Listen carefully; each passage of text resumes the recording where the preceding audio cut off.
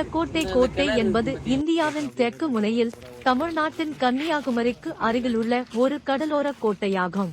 இது 18ஆம் நூற்றாண்டில் முன்னாள் திருவிதாங்கூர் இராச்சியத்தில் கடலோர பாதுகாப்பு கோட்டையாகவும் தடுப்பணையாகவும் கட்டப்பட்டது. இது 18ஆம் நூற்றாண்டில் திருவிதாங்கூர் மன்னர்களுக்காக புனச்சல் ஏலக்கார வலிய வீட்டில் மார்த்தாண்டன் செண்பகராமன் பிள்ளை என்பவரால் கட்டப்பட்டது. மார்த்தாண்ட பிள்ளை கன்னியாகுமரி மாவட்டத்தில், அப்போது தெற்கு திருவிதாங்கூர், பள்ளியடி அருகே உள்ள குழிக்கோடு அருகே உள்ள புனச்சல் ஏலக்காராவில் உள்ள ஒரு பிரபுத்துவ வீட்டில் பிறந்தார். அந்த வீடு அரச குடும்பத்துடன் தொடர்புடைய ஒரு வீடாகும். மார்த்தாண்ட பிள்ளை அந்த வீட்டின் உறுப்பினரான நீலம்மா பிள்ளைக்கும் மார்த்தாண்ட வர்மாவின் மெய்காப்பாளரான இரவிகுருப்புக்கும் மகனாக மே 903 மாதம் பரணி நட்சத்திரத்தில் பிறந்தார்.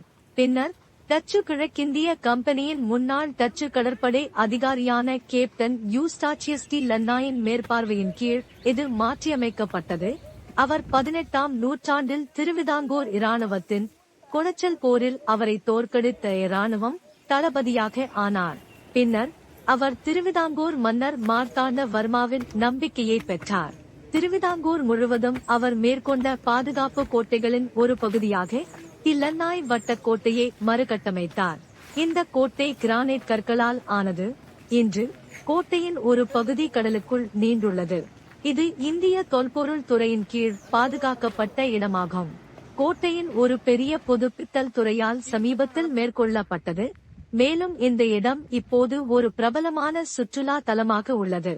வட்டக்கோட்டை கோட்டை ஒருபுறம் கடலையும் மறுபுறம் மலைகளையும், மேற்கு தொடர்ச்சி மலைகள் அழகாக காட்டுகிறது.